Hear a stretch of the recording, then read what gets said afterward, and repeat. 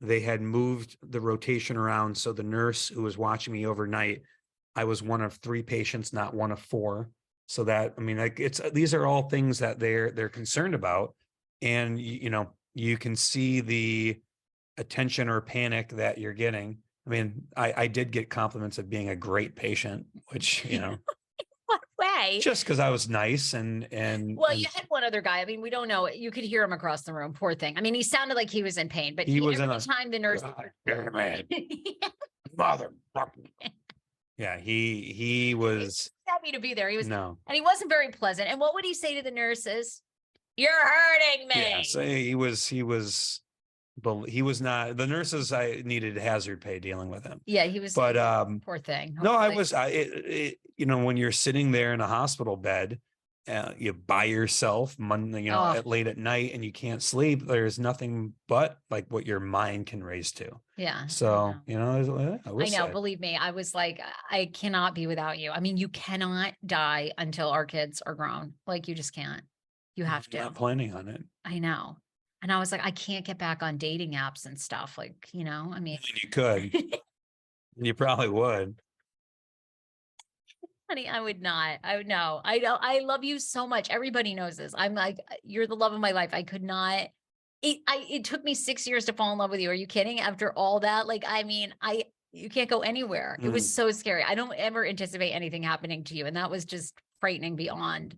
I got to that one day we were sitting there in your room. I couldn't stop crying. I was so sad. It was like, I couldn't even, because you're right. You're like, you can't help but your mind goes to like the worst place. Like, it's so hard to stay positive, isn't it? Even though, they were positive, but it's the doctors, the staff, but it's just so hard, isn't it? It is. I know. And then every morning KJ would get up and he'd go, Dada, Dada. He'd look around and that like broke my heart. It was so emotional.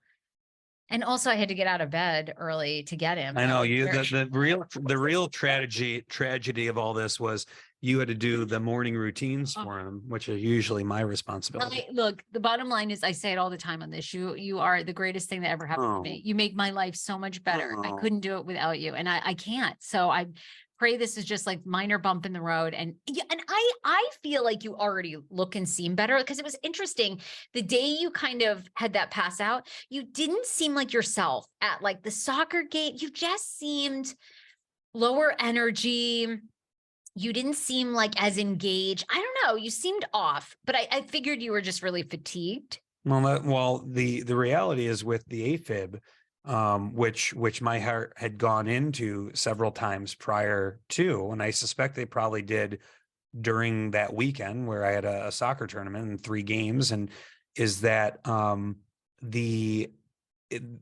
even if you're not doing anything, just the heart beating that rapidly and inconsistently is fatiguing. Yeah. And the hardest part throughout, prior to going to the hospital is whenever I would have these episodes, I would try and calm myself. Like at first I thought these were panic attacks, and I would try to take deep breaths to calm myself, but the deep breath would actually initiate the atrial attack. Weird. Right. So like I could take a deep breath and then I could feel my heart race immediately afterwards. So I would almost take half a deep breath to try to calm myself.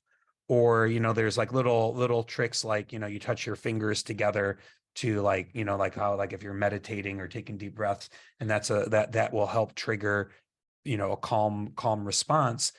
Nothing would slow my heart rate. Had you had a panic attack before this? No. Okay. So, but I don't believe, after now knowing what I was going through, these weren't panic attacks. They were these atrial tachycardias that would either subside or degenerate into AFib. Okay. People have said this to me. And even though I was a little upset that you went to a cardiologist without telling me first, but people in my life have said to me, wow, I can't believe he actually called a doctor. Because a lot of people feel like men, especially, I guess maybe it's a stereotype, maybe it's true, but a lot of men don't go to the doctor. They don't want to go to the doctor. A lot of people in general don't want to go to the doctor. So people are impressed that you in our lives. I'm an impressive man. But maybe you could leave people with like some why did you, I guess you've always kind of taken care of yourself. Any words of reflection on taking care of yourself and calling a doctor? There's nothing like manly or masculine about, oh, I'm just going to live with this. No, it's like, frankly, it's irresponsible if you don't check on it. It's you owe it to yourself and your family. You got to make sure that you're healthy, or one is healthy, because your life impacts other people. So I knew something, I'm attuned to my body, as a finely tuned or trained athlete. I'm attuned to all these things. So I knew something was wrong. I said, this is not normal of why this is happening. Mm-hmm. So I figure, and I'm also a man of science. So I knew that I was going to, I'd try to see if this was consistent for a few days before I would go see a doctor, because I didn't want to just pop in for, no reason. So I kept track of things, and I knew something was wrong. Clearly not as wrong as I knew it was to be. Yeah, but, right. It was a little more extreme than we thought, but yeah. So, well, I am so glad you're okay. Thank you for sharing this story. I mean, you really had a lot to say. You were quite chatty. Well, I want to make sure, we trying to get a ratings bump here. So, well, I guess you're on it. Download, delete, re-download. Here's a ratings bump for you. Have you ever thought about, do you think it's the vaccine? No.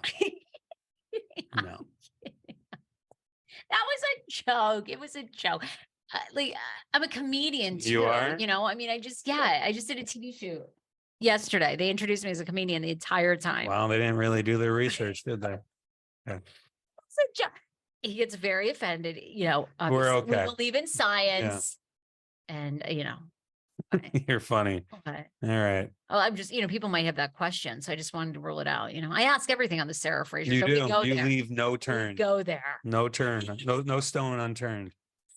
Man, I love you so much. Does this mean, as you do more now to just be centered in your life and relaxed, does this mean we can expect more appearances on the podcast? Because you are a little bit of a chatty cat. To talk to my representation. Oh, okay. And we'll consider it. All right. Well, that's me. So yeah, you're going to be booked and busy on the show. I love you. I love you too. So glad you're okay. Are you going to ask where people can follow me? Where can they follow you? Nowhere. I want to smooch. I want to get this. That's what I see. She thinks professional. We're not professional on this show. Clearly. Yeah, exactly. I want to smooch. No, thanks for the smooch. All right. You guys, there is the full story. Love you so much. Brand new episodes all this week. I mean, tomorrow I have to talk about the curious case of Natalia. Ooh. The psycho. The psycho little person? Yeah. That was she 6 years old or 22 years old? We know she was 22 years old. Spoiler alert. Isn't that what the whole case was? Well, I think I think we do know she was older, but was the family actually kind of abusive to her? It's a whole thing. So can't wait to knock out those episodes. It's way too long though. We've been watching it on Discovery ID. It's like it's like 9 episodes. I might just read an article. I agree. I'm watching it, but I'm telling you right now, it's still freaking long. You're dedicated to your craft. All right. Bye, everybody. Bye, everybody. Bye. Hold on.